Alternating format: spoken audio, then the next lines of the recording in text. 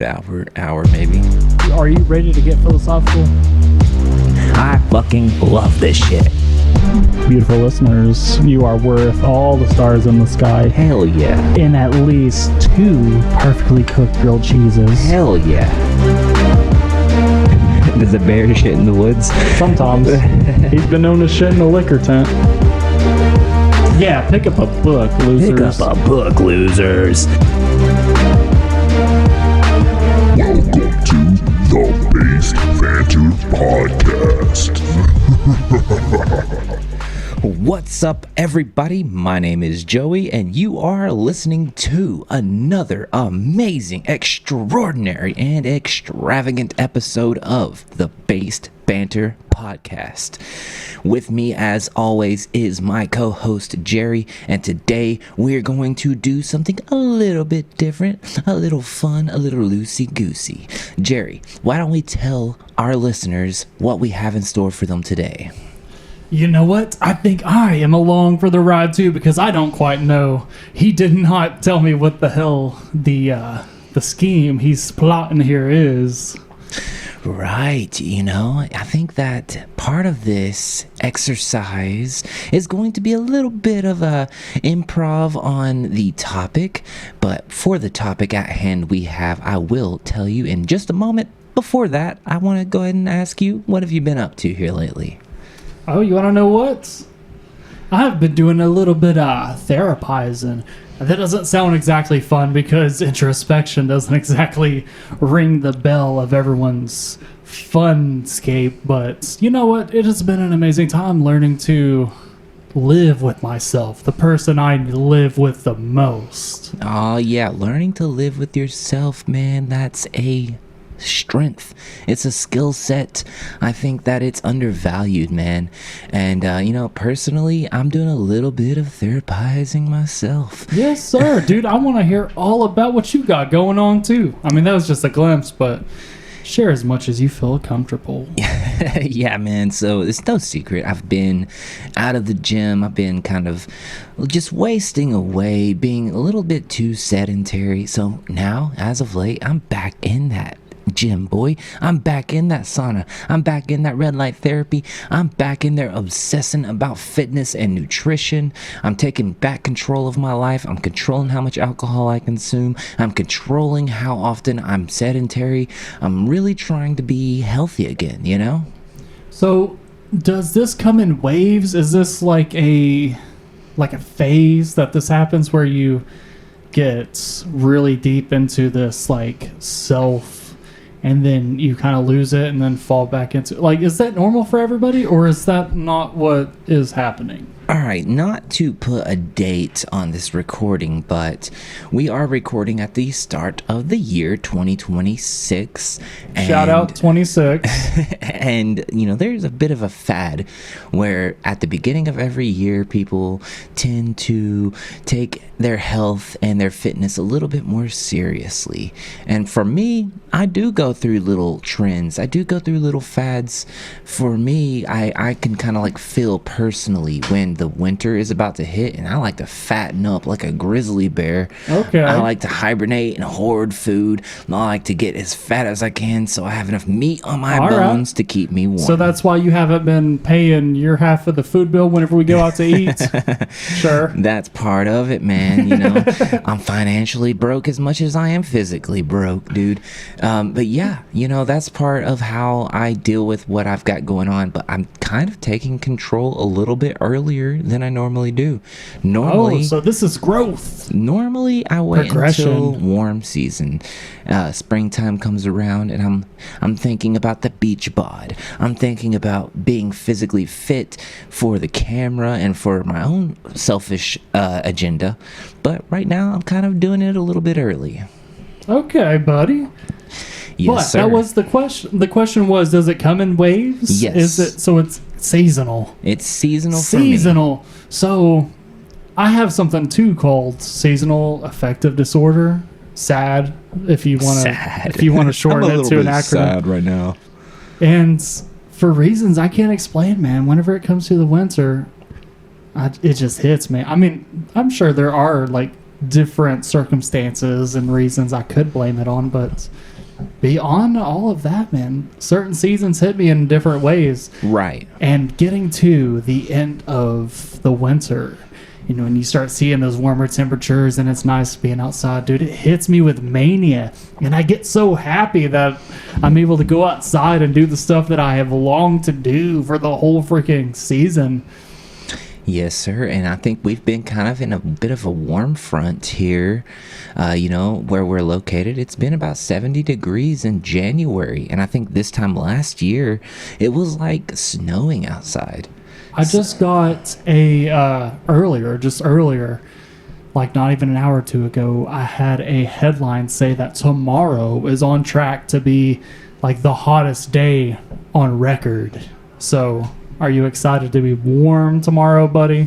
Dude, you know, even if it's warm, I'm still kind of in that seasonal depression state where I'm like, the most time I'm going to spend outside is I might run 3 miles. I might run 4 miles. I might spend all my time in the gym.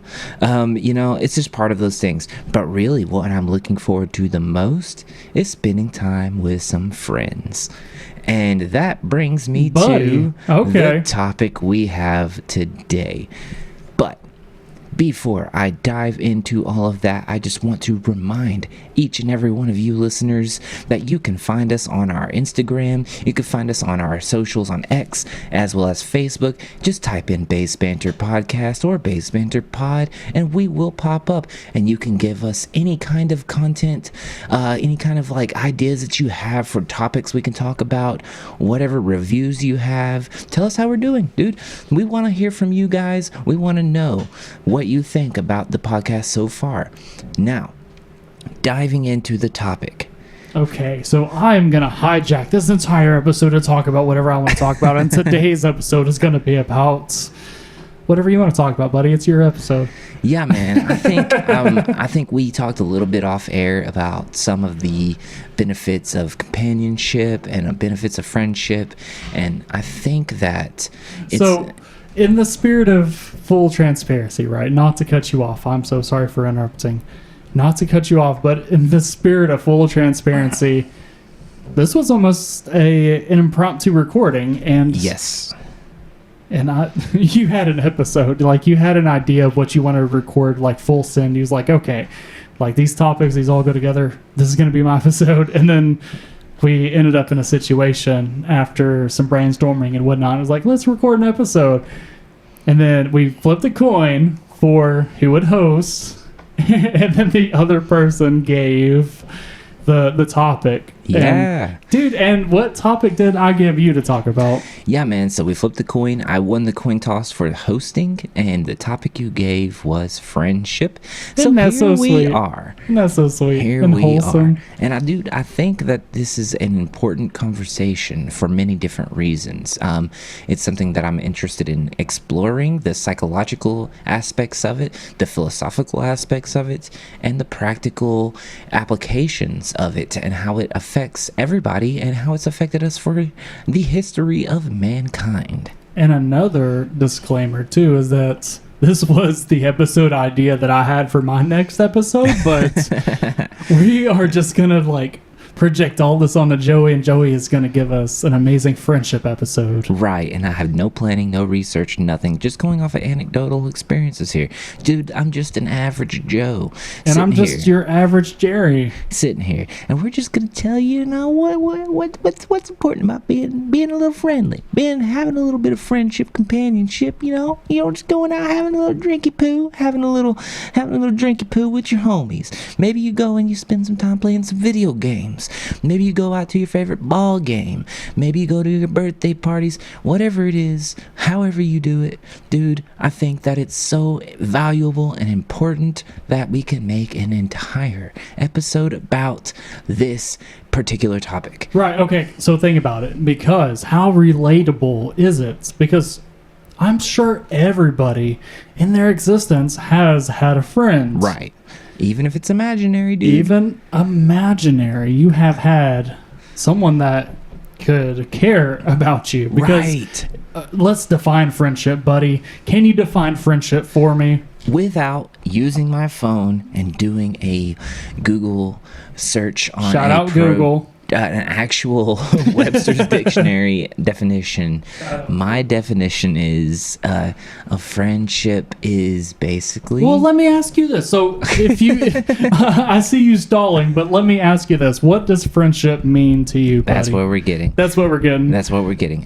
Friendship is, the reliability and companionship of another soul, another human being existing at the same time as you, be it a beneficial one financially or physically. It's someone who's there for you, someone you can spend time with, someone you look forward to being around and sharing life with. So what I'm hearing is like you like a friend that is consistent, that can show up and is relatable. Right, and loyal too. And I think loyal. An important aspect of friendship that a lot of people don't think about is loyalty, right? Because you can have a friend who loves you and cares about you and is there for you, but they'll also stab you in the back the first chance they get. So I have an interesting aspect about loyalty.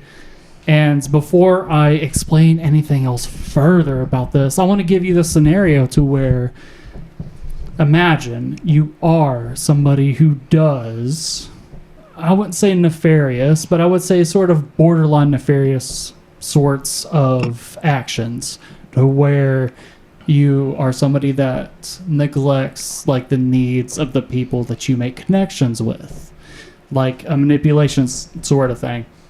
Now imagine being friends with someone like this and getting to the point to where, you have to sort of explain the actions of said friend to other people. So then, does the loyalty lie in enabling that behavior or explaining it? Like, what sort of angle do you take on that? Because you have this friend that is absolutely this, just to put it in a just like awful way, like a negative force. Right. And you're already friends with this person, you care about him. Like, where do you have to stand as that person and withhold loyalty? Okay, so I kind of have a unique point of view when it comes to this particular topic, mostly because I have had a friendship that has lasted over decades with a particular person who has done nefarious things to his other friends. Just flat out nefarious, not even just straight up knew what he was doing was wrong and did it anyways.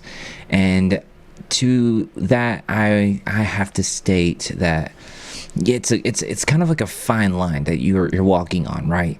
You can make two choices, right? One choice is you can exclude this particular friend out of your friend group and they're no longer your friend anymore.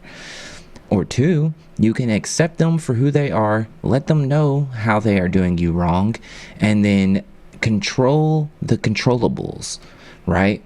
Now, you can't control how another person treats you, but what you can control is the things that they have control over and how they affect you.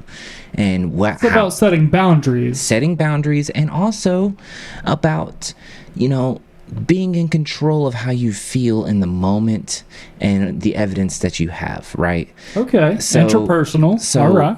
For me personally, I can be friends with terrible people. I can be friends with people I know who will fuck me over in the long run.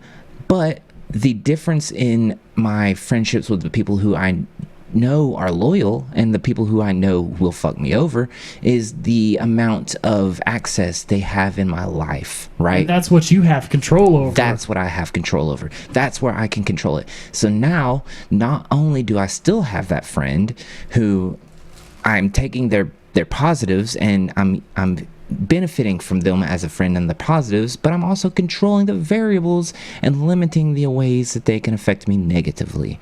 So I will keep that negative friend and I will keep them in my life, but I'll keep them at a distance. All right, so there are different aspects of this too that come into play, to where you have a reputation, and if you have a friend who is somewhat of a like a negative reputation, then you are also drug into that Yes. conversation of like shitty people. Because I mean, maybe they don't understand that you have this sort of relationship to where you set boundaries, but they will see you in parts with this horrible behavior, and they're like, yeah, that motherfucker enables him. He sits there and he is his friend, and he does all this, and then you get drugged down in that conversation. Right. So that's one half of it. Right. Which, would you care to speak on that now, or should I go to the other side of it too? I think that, you know, it's one of those things where if you're able to recognize it early on in your friendship, and then you're able to kind of control the amount of impact they have on your life, then you can still find a value in someone who is a negative person, right?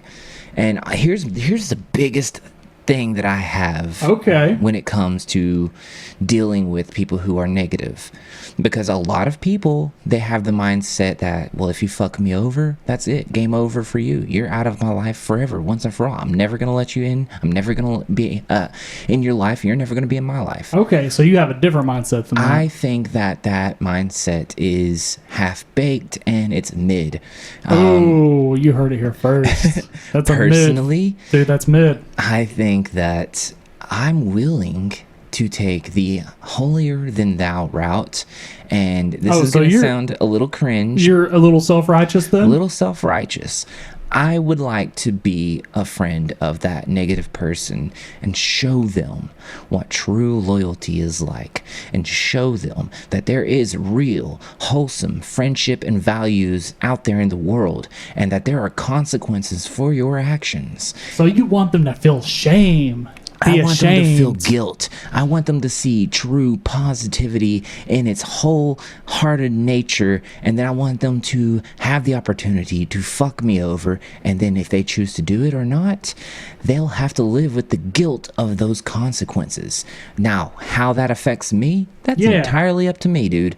I'm going to personally not allow it to affect me as best as I can. I'm not always perfect, dude. Sometimes it bothers me to a degree where I literally break down, but for the most part, I have attained a sense of wokeness and a sense of righteousness where I can separate myself from the actions of others.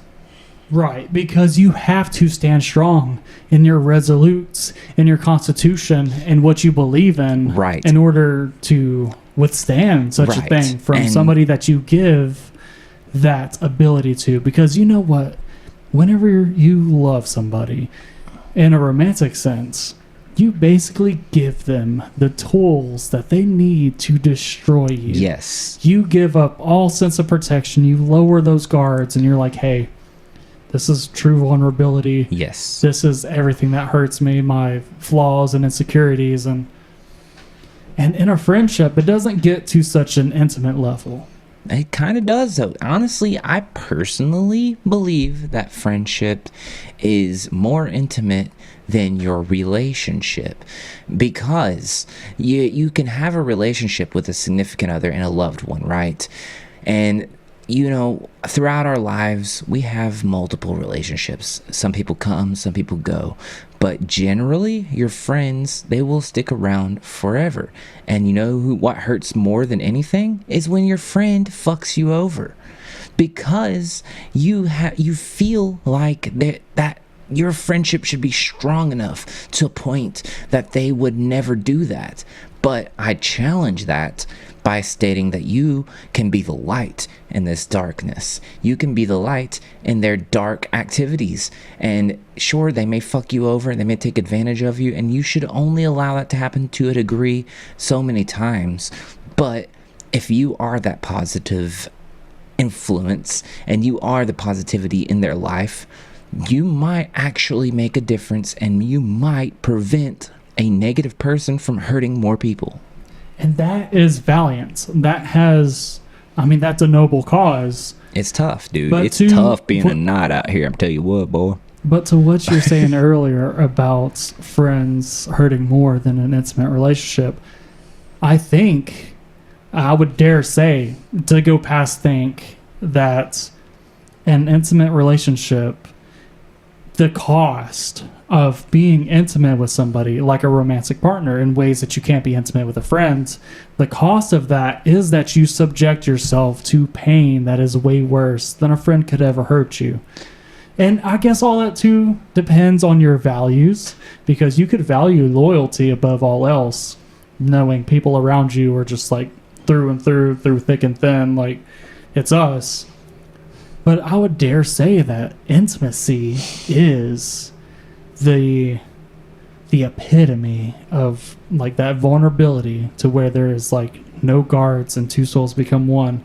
And then if that partner in this intimacy then goes against, like, you know, the agreements, that goes and betrays you, then that pain can end lives. Right. I think my personal anecdotal experience with this is a little different than most people's, because Sure. I've curated my own experience where I've asked a personal best friend of mine to to try and I basically set up my ex because I thought she was cheating, and I set her up with my friend, and then I found out that they were both talking behind my back. So it was like, you know, I have my intimate relationship who is betraying me, and then I also have my personal best friend who is betraying me. That's a double whammy. And then I was like, dude, I could lose everything, right? And I had to make a decision where I was like, knowing all of the shit that I know, do I allow myself to lose both of these people in my life, or do I limit the amount of control they have on me? And one day, dude, it was like a light bulb went off, and I was like, I personally do not give a fuck what either one of these two people do that isn't involving me. They can fuck each other, they can meet up, they can do whatever the fuck they want, and I don't give a shit. What bothered me is knowing that they knew it would hurt me and they did it anyways. That's where the moral aspect of it was like a conundrum. But then I had to decide, damn, if I want to be that positive light in their darkness, I have to show them. In spite of them, right? I have to show them in spite of their actions.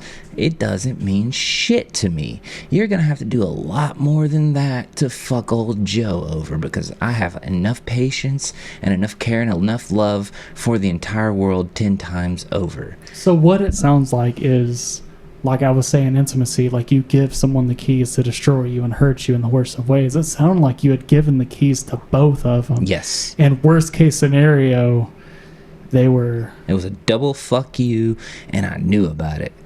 And I had many nights where I was literally biting a pillow, screaming and crying and punching and trying to decide on what I was going to do, because I was living with my best friend at the moment, and I was like, if I confront this person, I'm going to have to move out. And it was like I needed to weigh out my options. How am I going to handle this? Do I even handle this? And it became a point where I had this like sense of an awakening, where I was like, you know, if it really doesn't bother me and if I really don't care, then it's not really an issue. And I really just stopped caring about that. But that, to me, I don't believe is true friendship. I think true, absolute friendship is when you have a friend who will recognize that their actions will hurt you, and they will not take advantage of you. They It's that will not hurt you. consideration. It's that consideration where they will recognize the difference in their actions and how it affects the people around them. So yeah, I might keep people around me that might actually hurt me. That doesn't mean that they're actually true friends. You will limit your access to them. Yes, and that I limit their access to me, and the people who are actually my true friends will have a lot more access to my life.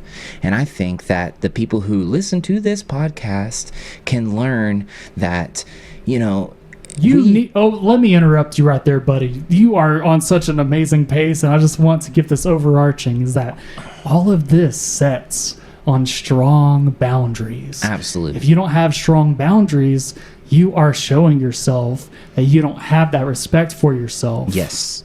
And if you have that respect for yourself, you'll say, hey, this relationship isn't right for me. If you want to be in my life, like, this is what it takes. And having that conversation with someone especially someone who is ignorant to their own actions, can be impossible, right? Because some people, they just don't see it that way, especially if they're caught in the act, dude. People who get caught in the act are so oblivious and dumb to the idea that they were exposed, that there's no point in even trying. So it's gotten to me to a point where I'm just like, yeah, I'm not letting you in. You're going to be out in the front yard watching through the window of my life. You're not actually going to be in. That's your consequences. You chose this. Now, what are you going to do with it? Are you going to prove to me that you can actually be a true friend and you can actually be a trustworthy person? Or are you going to remain on the front yard? And that's up to you. That's not up to me. You know what you need to do. You know how you need to act. So do what you need to do. Do what you want to do. If you choose pleasure over our friendship, by all means, do what you want. It's your fucking life. But you're not going to have the benefit of enjoying birthday parties, of enjoying a friend time out with our friend group. We're going to keep a wall up and we're going to isolate you. That's your problem, bitch. Deal with it. Not my problem. Fuck you. Dude, and how wonderfully said that was, because it becomes a point to where you have to become the biggest advocate for you and your needs. And if you are somebody that does not stand up for yourself or finds it hard to, you are going to struggle. You're going to struggle. And that's not the whole big takeaway for this episode.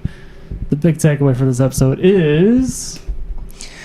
There's a big takeaway, but before we get I'm not saying like takeaway. I'm saying the overarching story of this is before we get too far from the plot. Overarching story, again, is, I think we've already pretty much established it, is to set boundaries, right? It's friendship. And it's friendship, set boundaries within your friendships, right? Yes, that is a very important, but okay, so that's one side of it, to where you have a friend that does not know bounds, that has to rely on boundaries to understand where they stand with somebody.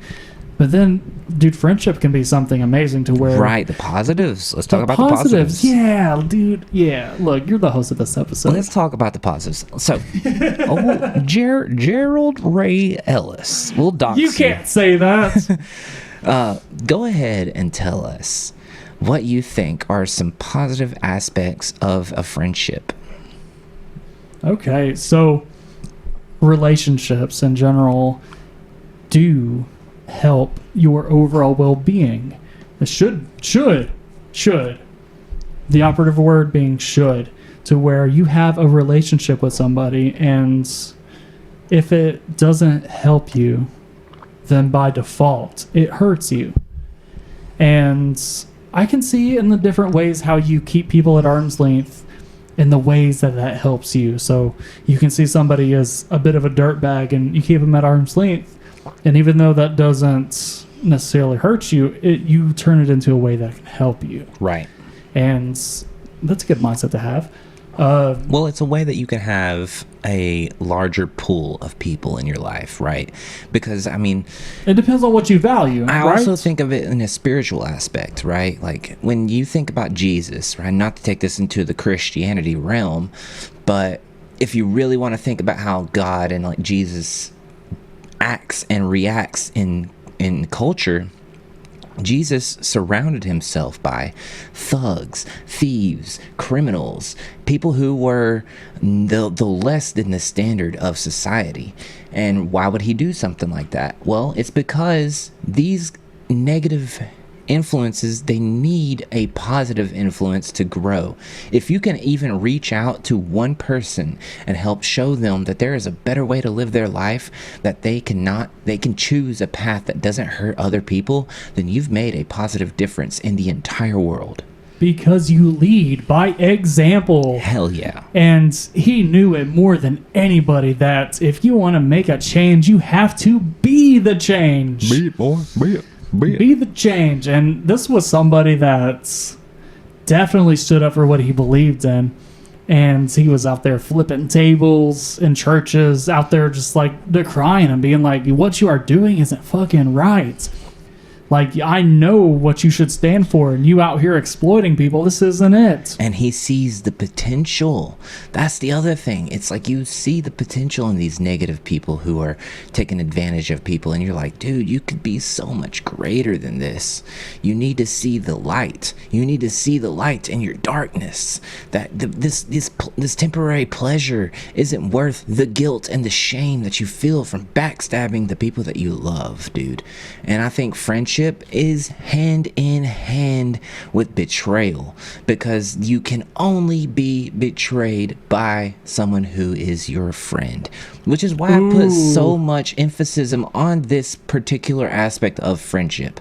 I do want to dive into a lot more of the positives, but I think to come right out the gate, to let everyone know and to set the foundation and to get the story straight, that you cannot have a friend without the possibility of some type of betrayal, some type of negative aspect of it. Because like you said earlier, dude, it's just like a relationship. It's intimate. You're letting them in. Dude. Intimacy cannot thrive through defensiveness. Yes. Those are antithesis. Yes. Where if you are defensive, you cannot be intimate at all with somebody. And to have a relationship with somebody requires an amount of intimacy to where you reveal yourself, to where you are somebody that says, hey, this is really who I am. Like, this could really destroy me, but I understand what you are going through and what destroys you, and we have this mutual agreement that, you know what, as hard as this fucking world is out here,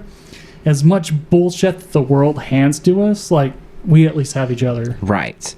And, you know, I think that part of our human nature, being the social mammals that we are, friendship, it goes all the way back to our ancestors who were Neanderthals, who are the primates, base hominids.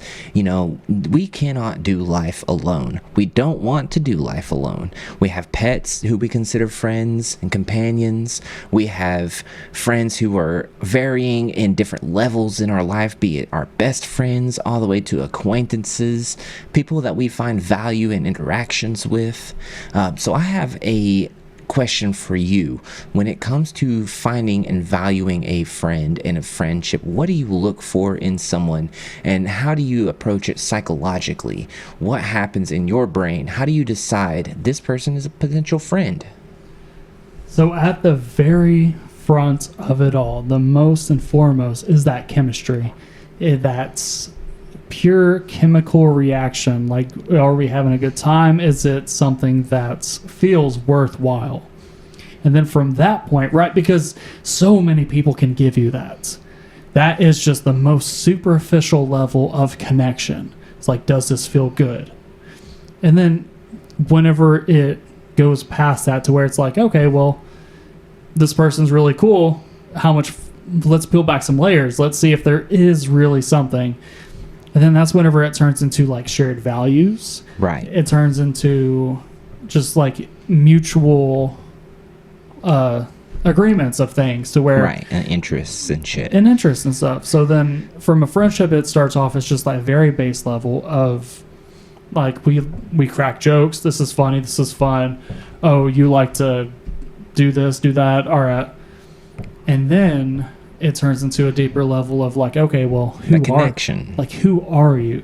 Because who I am is somebody that enjoys this, but also has this duality to where, I mean, maybe I will pick up a book about this and write some theory about it, even though we're over here like cracking jokes and farting in public. Right. And you know, that all stems from your first few interactions, right?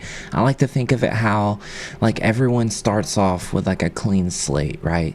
None of your best friends ever started off as an enemy or someone who betrayed you. They all started off as someone you found high value in. And then eventually over time, your experience may be changed for the better or for the worst.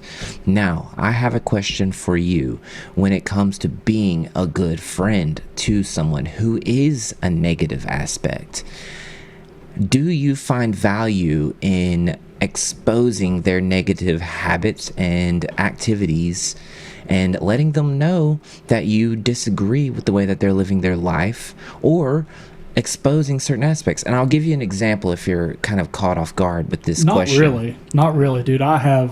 Dude, the chamber's loaded. So if you have something that you're dying to say, dude, Well, I have something I'm dying to say too. So I think we have a mutual friend who is a new friend, and without saying any names, John Cena. All All right, go ahead. I potentially Our new friend is John Cena, everybody, if you didn't know. I Best guy in the potentially world. feel like maybe his significant other is not as loyal as she could be.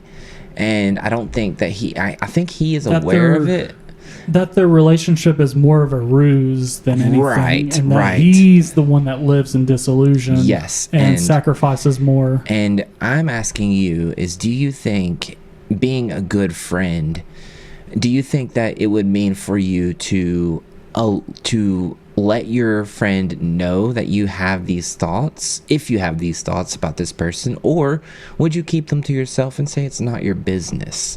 Is that still being a good friend, or would being a good friend be telling them this kind of thing, even though it's a difficult thing to bring forward, even if you're wrong? Well, you got to understand the impact of like your decision there. So if you decided that, oh, well, she's a bad person, she's going to break his heart, you are talking to somebody who is in this whole chemical, emotional reaction to her, like this whole loop.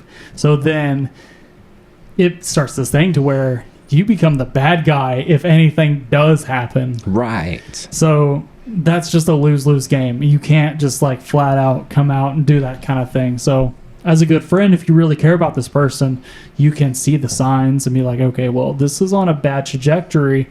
And then you can start to show your care more and more and be there whenever the inevitable fallout happens. Because in these situations, it kind of plays out like a storybook to where the fallout will happen. And Right.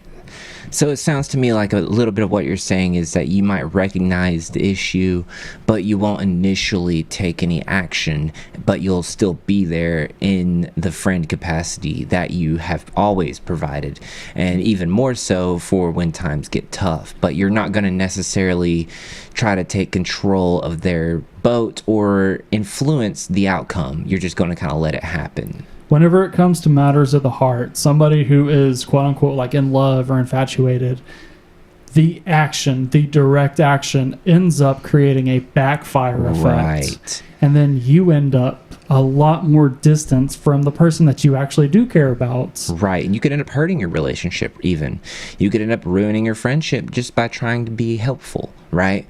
And even if you have evidence, even if you have concrete proof that the person who is your friend is being fucked over by another friend, a mutual friend, and you try to tell them, now all of a sudden you're the bad guy because you're the one who brought it to the forefront. They didn't find it out on their own. Yeah, that direct action will almost always blow up in your face, and you'll end up being the bad guy just because how feelings and shit work. So to your original question about having a friend that is less than savory and how you would handle that, and I wanted to admit to everybody that it comes down to attachment, honestly. And attachment is about safety and familiarity, to where you have a friend and you are, attached to them and it's familiar, and in some ways, like, you feel safe, like they give you something that you aren't getting elsewhere. And then you see them do these awful acts, and then they act in this way that's not aligned with your beliefs and your values and morals. And then you have the choice, like, do I oppose? Am I somebody that aligns with this, whether that be my own choice or an act I put on? Like what do you really do? Right. And then that attachment, it skews things because you can have your own values and morals, as we all do. And then whenever someone acts out of accordance with it, that attachment will keep you in line in some way. Even if you aren't directly supporting it, you still being their friends Right. almost enables it to where Yeah, exactly. That's the point I was trying to get at, and you just found yourself there on your own. That is perfect, because if you don't make that difficult decision to let your friend know that there is this negative activity going on, and you're just sitting on the sidelines, you are at somewhat in fault of the outcome, and you can be somewhat an enabler. It doesn't necessarily always have to be another person fucking over a friend of yours. It could be a friend of yours having bad habits like alcoholism or drug use. It takes a specific style of approach and allowing yourself to be the bad guy for a moment, to take on the role in their life, to say, hey, look, dude, you're my friend. I care about you. What you're doing to yourself, you're hurting yourself and you're hurting the ones around you, and it's not good for you and it's not good for us. But by doing that, you now are the bad guy, because you've accepted the fact that they're going to look at you as someone who is an opposition, and you're opposing their way of life. Because people with bad habits or bad decision-making processing, they don't look at the consequences of their actions or other people's actions as holding themselves accountable. And when you try to hold them accountable, all of a sudden you're the bad guy. But I think that being a good friend is being that person who's willing to take on that load and is willing to be the voice of reason, to be that person who is willing to say, you know what, fuck it, dude. I'll let you be mad at me. I'll let you hate me for a moment. Because if you don't hear this from someone who you know fucking cares about you and fucking loves you, then you may end up in a position where you might end up dying. You might end up killing yourself. You might end up hurting someone you love, or end up getting hurt in a way that you could have prevented. And I think a true friend is someone who is willing to be that bad person for only a moment, because eventually the truth will come out and the light will come forward, and they will see. They'll be like, oh my God, Joey was right all along. I should have stopped doing meth. and you got to consider, whenever you get to know somebody, why they choose these actions. Yes. Because some people will choose the self-destructive routes because they don't think they deserve love, that they think they are worthy of, or just not even worthy. Like, honestly, they think they deserve the worst because, like, maybe they had a caregiver give them just the absolute worst treatment. And then they take their model of how they should treat themselves after how their caregivers gave them. So then they live their lives just like straggling along and just getting worse and worse. And they could be oblivious to the whole thing, right? They might even be doing it on purpose. They might even be accepting this negativity as a way of like punishing themselves for the lives that they've lived or their upbringing. You know, it's all part of this psychological aspect in other people's lives and the roles that we play, right? We've talked a lot about in our past episodes about how we're role players in other people's lives and we're the main characters in our own life. But the significant role that we have is important in other people's lives because it is a responsibility that we have to sometimes be that voice and to sometimes make a decision to not be that voice, to let them figure it out on their own. That's where we have to figure it out ourselves. Like, what the fuck do we do, right? There are times where you need to be that mirror pointing right back at your friend, and then there's other times where you also need to be that mirror, but slap your friend for doing the dumb shit that they do. Slap the fuck out of them. And with that being said, before I get to my next hot take on friendships, I would like for us to take a little bit of a break here and have a little bit of a news break. Breaking news, brought to you by the Base Banter Podcast. This is Base News. Welcome to the Based News. On today's episode of Based News, we will be bringing you some exponential news from all around the world. Today's news we have news about Dunkin' Donuts smell. Residents in a small Massachusetts town have been overwhelmed by a heavy fried dough smell from a new Dunkin' factory that pumps out 1 million donuts a day. Talk about getting your donut holes filled with some funk. And in California news, escaped cow wanders into a California road. Police in California were called into a Merida neighborhood where they said an adventurous cow took an unauthorized stroll in the roadway. And they wasn't talking about your mother. You gotta move.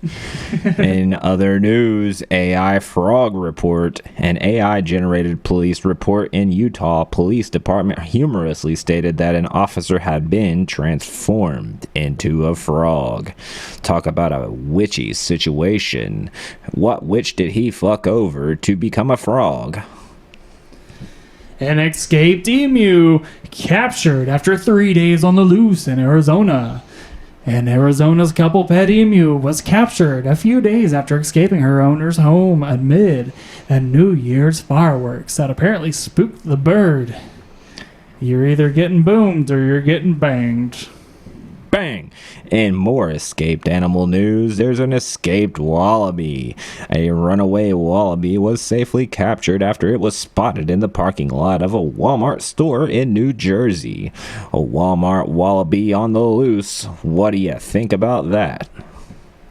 So in the same story, an escaped wallaby captured on return to a New Jersey Walmart. A runaway wallaby spotted in the parking lot of a New Jersey Walmart store was safely captured when he made a trip to the store. There was a monkey in a music store. A monkey wreaked havoc inside a musical instrument store in Tennessee before fleeing the scene, but being captured later. He was too busy monkeying around. And in similar news, wallaby escapes New Jersey sanctuary, visits Walmart.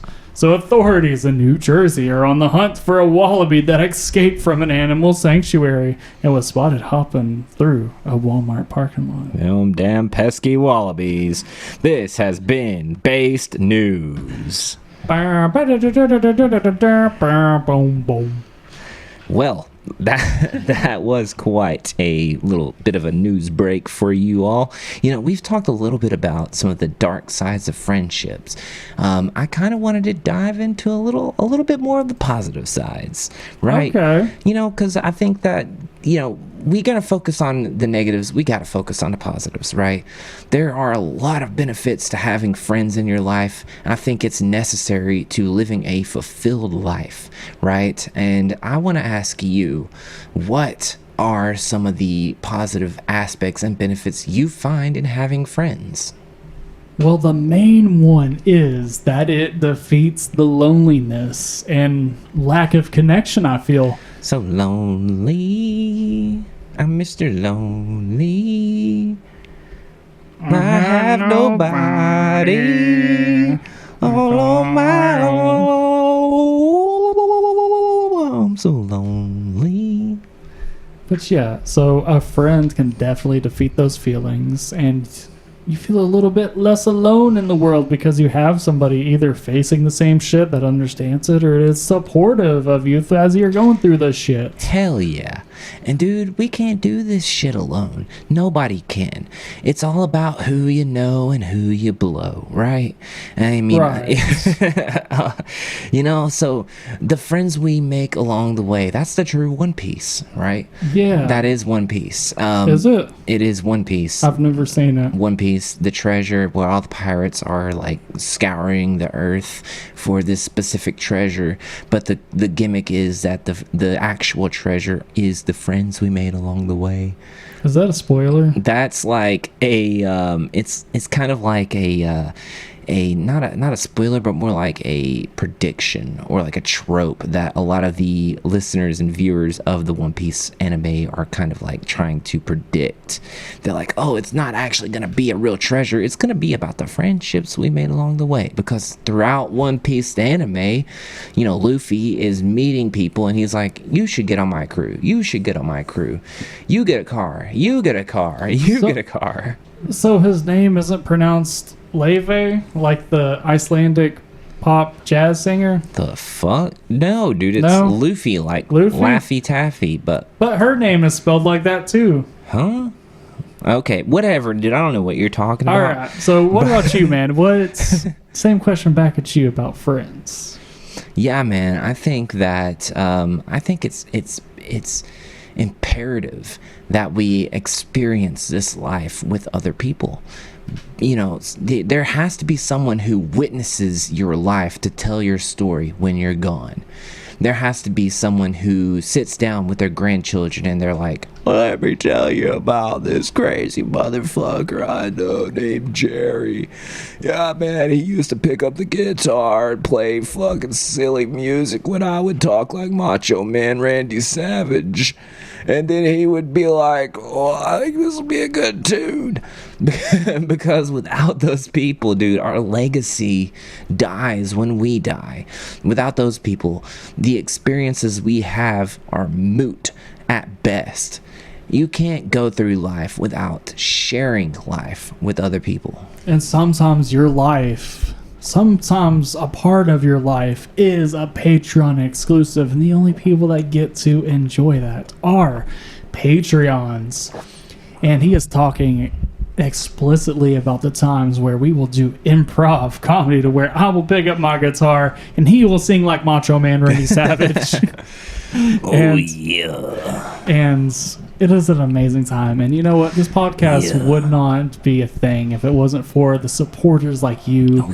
Awesome, amazing, beautiful people. Tell you about friendship, We're telling you about friendship. some friends, You know, people that you want to hold hands with when you cross the street, but you don't because it can be awkward, you don't do that, but you might want to hug them, but you don't, Those are your friends you pass the blunt to, The ones you pour a little bit extra in their shot glass because you want to see them get fucked up, Those are your friends, man. The ones that you tell your darkest secrets to, The ones you share alien stories with, man. You know, when you got abducted and probed, You want to tell them everything, man. Those are your friends. They are the cream of the crop that rises to the top, And just like that, we had a Macho Man Randy Savage cameo. We have never been so blessed. All right. That was amazing. But yeah, man, I fully believe that, you know, life isn't worth living without experiencing it with people that you truly love and care about.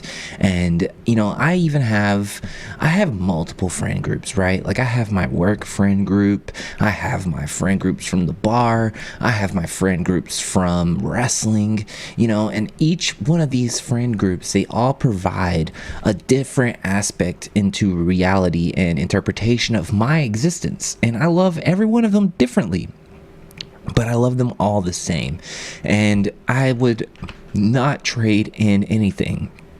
And part of me being an introvert is I find it really difficult to put myself out there and make more friends.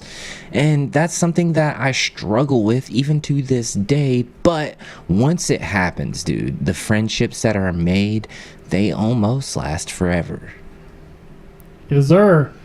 And dude, what a great point that you are making, because friendship is something that we choose. It isn't something that just happens. Sometimes it does happen, but ultimately you have to choose it. Right. You can't just be someone so closed off to the world and so bitter and so numb because connection doesn't happen like that. And what is relationship but a connection? Right. Every decision you make, every single day of your life will impact you and the people around you. And you might decide when you get invited out to a breakfast with some people that you work with to go or to not go. That first interaction you have where you decide to go, that might be the blossoming of a new friendship that lasts for years. But you might have decided to stay home that day.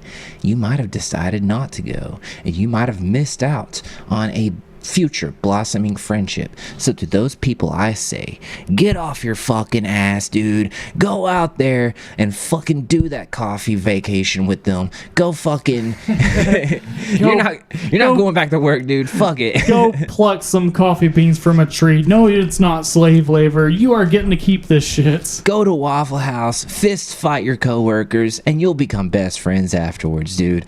That's what I'm all about, dude. Because like I said, man, anecdotally, I'm not someone who is extroverted. It takes a lot for me to make friends. So the friends that I do make, I hold high value, and I respect them, and I love them, and I care about them, and I would die for them, and I would die for their children, and I would die for their future.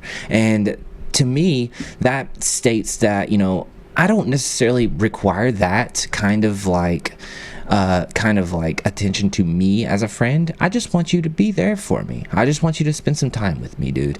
And I think that's all we can ask for from the people in our lives. Let's talk about temporary connections, though. Right. Because friendship is more of a mainstay. But take the reins, dude, buddy. Let's go. Our society doesn't really value temporary connections as much as I think it should, man. Sure. I am such a big proponent and a big fan of temporary connections because, dude, what is life but temporary? You think you're going to be here forever? You think your legacy is going to be sustained by the few people you know?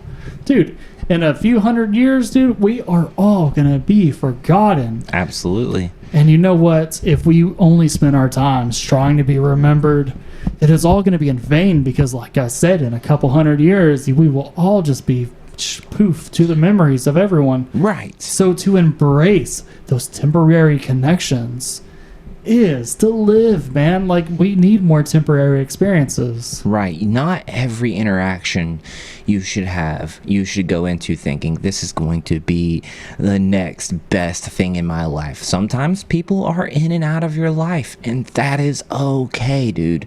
Your life is not curated and finite to a point where you understand every single thing that's going to happen, that will happen, and that has happened. Some people are meant to play a specific role, be it a temporary role, and you can find value in that. You can find value in a friendship that you found for one night, dude. When I went to the Louder Than Life festival, I went by myself for 4 days. I slept in my car and I went out into a massive field filled with 240,000 people with not a friend in sight. But guess what, dude? I made friends within the mosh pit. I made friends within all the crowd of the people that were there that I will never see again. But you know what? I value that friendship and that time almost as much as I value the people who are in my life regularly. That is just as important to me because I find that every single person's time is worth something. If you are going to allow me to be a friend, even if it's a temporary point in your life, I'm going to take that and I'm going to run with it and I'm going to make the most of it, dude. Even if it's just for a night, even if it's just for a day, let's go out, let's have some fun, and let's live life. And that is something else too that I want to embrace about the temporary is that, dude, you could zoom that out a little bit and be like, okay, we were friends for a week, we were friends for a month, a few months.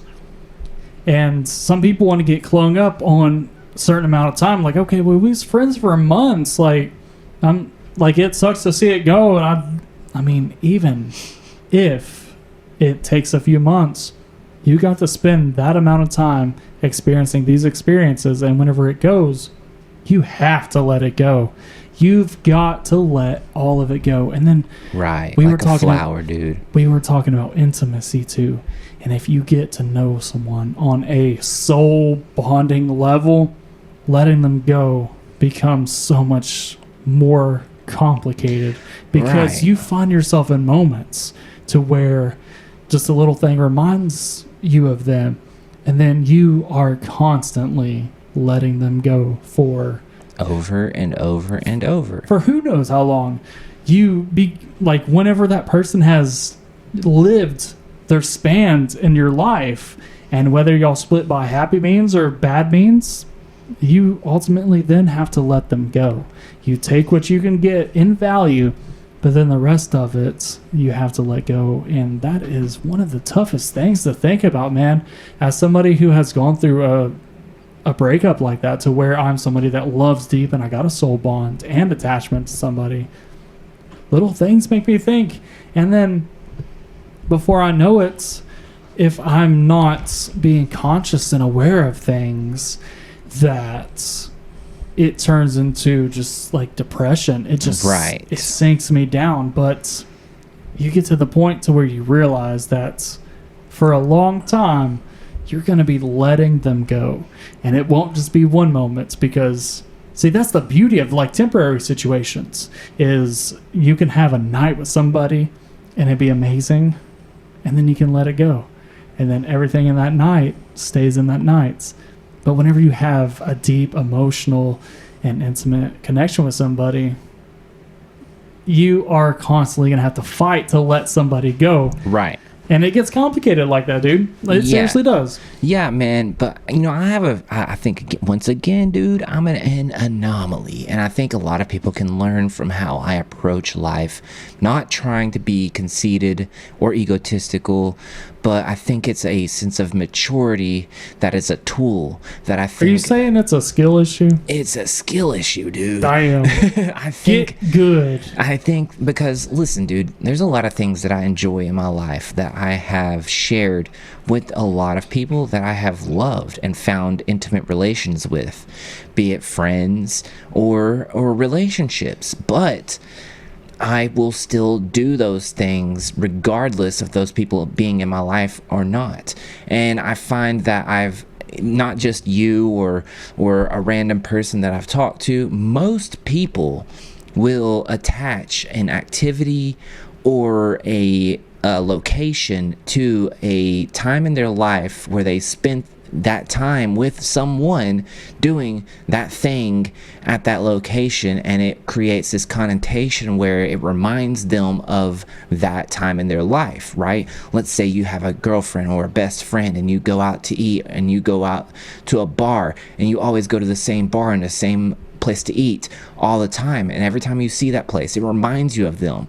But what I do that's differently than other people is that I still find joy in these locations, but the kind of joy that I find is through experiencing it with different people. The joy you find is fighting the wait staff so they don't remember, but if they do remember, they're going to wish they didn't. Right, like going to La Fiestas with like 3 different girls. They're like looking at you funny. They're like, dude, why are you in here with all these different women? Why weren't you in here with a different girl just the other day? Like, what the fuck? And you're just like, I dare you to say something. Say something, bitch. I'm still gonna tip good. I don't care. I love your food. I'll body slam you Your first, fajitas though. are fire. But no, but what I'm saying is, like, you can find value in experiencing the same thing with different people. It doesn't matter that you went to a specific restaurant with someone that you loved or a best friend of yours over and over again to the point where it reminds you of them. If you can take the time to take someone new and experience that same place with somebody new, because every person is different. Every human being is different. They'll bring something different to the table. They'll bring different insights, different points of views, different conversations, a different atmosphere, a different energy, a different aura. So you can take 40 different women to the same location, and it will be a different interaction every single time. So to be contrarian, right, because that's my role, dude, everyone's neurons in their brains, I would dare say, fire the same. Ooh. Almost predictably, to where if you have this experience to Only where, low IQ people. wow, Boom. you go to a restaurant and then you've only been to this restaurant with that certain person, the neurons in your brain are going to try to find that shortcut, and they're going to try to tie it all back to somebody. Right, but that person. You got to recognize that is a behavioral aspect of your brain.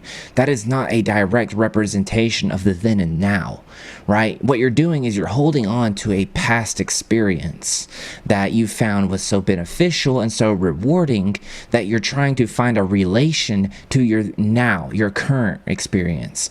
And that's unfair to the entity that you're experiencing it with, be it a friend or a girlfriend or a boyfriend or a pet. You shouldn't try to relate the same experience with different people. That's unfair to them, one, and it's unfair to yourself because every single human being is different. I can take a girl to a nature trail that I go to all the time, and then I can take a different girl to that same nature trail and have an entirely different experience and enjoy it all the same, because I have the emotional maturity of understanding that every single person is different. The location, the activity is not attached to the person in of itself, right? So I'm not going to put the pressure on the person that I'm with to try to have an equal or better experience with them versus the experience that I'm having at the moment, because it's not fair. They don't know what you went through. They don't know the experiences you had, which is why a lot of people stray away from those locations. They are mentally handicapped by their own mind stating that, well, let's say I went to main event with my ex-boyfriend 50 times and I had a bunch of experiences with him, but now we're not together, so I don't ever want to go with that person, with another boyfriend, to that location ever again. But what you're doing is you're now handicapping your new relationship. You're taking a past experience and you're handicapping the future experiences you have with them by relating your current life with your past life. And that's not fair to the new people in your life. What you should do is give yourself a chance to have new experiences with new people at the same locations. Because we're not all rich. We can't all move to a fucking new place and have new experiences with new people in new locations. Sometimes we're confined to one location and we have to have new experiences with different people at the same locations. So you have to reach a level of a psychological maturity where you can state that I can have experiences with different people at the same locations and not define these experiences with my past life. So my friendships can blossom and grow and be a new thing in a familiar environment. Bam, dude. I think we have captured the full spectrum of friendship, because have we haven't even talked about imaginary friends. All right, let's talk about imaginary friends. What do you see? Oh, I see a squirrel with a handkerchief and a scarf, and he has a runny nose, and his name is Nuts. What do you see? Nuts too? You see Nuts too? Dude. Dude, Nuts is legit, dude. He's so funny. He doesn't say shit. He just chirps, and he'll laugh at every joke you make. Does he ever bite you? Like, he does bite. He does bite. He does bite. It's not a good time, but don't try to pet him. That's my thing. If you don't try to pet him, you're good. But no, dude, imaginary friends, that's a psychological thing, man, right? Like people who don't have physical people in their life, they have to reach out in a psychological way and they manifest an entity that isn't real. So where is the overlap between schizophrenic people and people that just have imaginary friends? Well, there's not enough, medical and scientific evidence involved in imaginary friends to really relate schizophrenia to that, right? To my knowledge, I'm sure there's articles, there's been studies that I'm not aware of. Maybe if you're a listener, you can inform us in our Gmails, in our Instagrams. Let us know what your insights are on imaginary friends. If you have ever had an imaginary friend, dude, leave us a comment. Tell us a story. Tell us what's up. Dude, tell us what is up with the imaginary friends. Because, okay, so let me tell you. I've never had one. Have you? I have never had an imaginary friend. It does sound a little schizophrenic. It sounds like a little bit of a mental illness. I mean, I'm not trying to judge anybody. Do what you want. Be your own freak. Have your own friends that you want, dude. And you know what? If you create a new religion and that religion is your best friends, You're like, I have 6,000 followers. They're all imaginary. and all of them control different aspects of my life, I choose to eat corn today because Scotty said so, and he's invisible. and I worship Scotty, and he brought more corn. More corn. Hell yeah. Hell yeah. But yeah, man, that's something that I'm not very familiar with, but I think that, again, it just relates to the psychology of needing companionship. And if you don't have it, you'll find it, just like fucking Tom Hanks in Castaway when he painted on the fucking soccer ball the face of Wilson, and he was like alone for months and months at a time, isolated on an island. He needed companionship. He needed a friend, so he made a friend in a volleyball and called him Wilson, and he was heartbroken when he kicked Wilson into the ocean, right?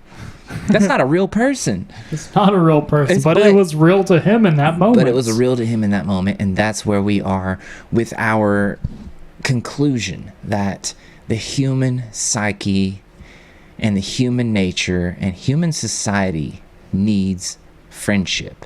We need more imaginary people. We need more imaginary people. So the takeaway today is have an imaginary friend, whether you Have like it or two, not. have three. Have 10. Who cares? But An imaginary posse. the takeaway here for all of the listeners, and for ourselves and everyone to grow from this, is that be it a good or bad experience, control your controllables, allow the people into your life that you trust and that you love, and find value in people and create relationships and have friendships, dude, and make memories. Do as much as you can with as many people as you can, because at the end of the day, when you're old and gray and you're about to die, the only thing that matters, it's not how much money you made, it's not about what you did with your life, it's about who is carrying your casket. It's about who is at your funeral. How many people will show up? Who's going to love you? Who's going to be there for you when you're gone? And who's going to tell your story? Who is going to tell your story? Who is going to laugh about the times that y'all got to spend together? Who is going to continue your legacy? That's exactly it, dude. So yes, from us here at the Base Banter Podcast, I hope that you've enjoyed this conversation and this topic about friendship, and I hope that you take initiative on your next outing or the next offer that you have to go out and to have fun with some strangers. Maybe you strike up a conversation with someone you've never seen before. Maybe you compliment someone for their cool jacket that's fuzzy and you want to pet it. Embrace the temporary, because you know what? If you go into these situations with no expectation of it being this deep, meaningful relationship, you know what? You get to experience a bunch of awesome shit. Like, okay, you get to compliment somebody on their fuzzy ass jacket that you definitely want to pet. But it ends up with them being like, oh yeah, fuck yeah, I got this. And then it leads to a conversation. And then, you know what? That's that. You made somebody's day. That's that. Doesn't always have to be a lifelong friendship. Sometimes it can be a 10-minute interaction. And you know what? I think we should pursue those. I think that we should go out and try to make the world a better place and try to be better for the people around us and make more friends and be more friendly, because you know what? The world has enough fucking evil, egotistical maniacs that there's just too much of that. So let's go out and compliment that fuzzy jacket. And be a better people. And be a better people and be better friends and have better friendship. This has been the Base Banter Podcast. My name is Joey. This has been a topic on friendship. I have been your host today. If you would like to give us any topics that you would like to hear us discuss on the air, please always find us at our socials on Base Banter Podcast on Instagram, Base Banter Podcast on Facebook and Gmail. And if you want to hit us up on X, you can find us at Base Banter Pod. We will have a Discord as soon as our following and community is built up, and our TikTok is also coming soon for you people who have short attention spans with ADHD. You know who you are, and then you forgot. You want 2-minute clips? We got them. That's coming soon too, so find us on TikTok in the future as well. So with that being said, Jerry, if you have anything else you want to add onto this topic, go ahead and say it now. Otherwise, thank you guys for listening. I sure do. And friendship boils down to connectedness and community. And at the end of the day, we all just want to feel connected and a part of a community. And it takes a risk. There's a bit of a risk. It takes that vulnerability, and we should embrace the vulnerability, because you know what? If one person doesn't agree with it, someone else might, and then that could mean the whole world to you. And for all of that, you should be thankful. And I'm thankful for all of y'all, dude. This is amazing that we get to do this. Yes, sir. You are all my friends. And Jerry, you're one of my best friends, if not my best friend. Thank you. I would call you my best friend, buddy. Absolutely, dude. I don't have many best friends, and that's saying something for someone who is an ancient human in ancient history. I'm like 30-something years old. So he's an eldritch I'm god. an eldritch millennial. Respect thy authority. Or else he will sprain his back. I will pull a muscle trying to show you what's up, dude. So, with that being said, thank you guys so much for listening. You are all our friends. Go out there, make some new friends, tell us what you think, and come back here to the Base Banter Podcast and share your experiences. This has been the Base Banter Podcast. Again, my name is Joey. Thank you guys for listening. Peace.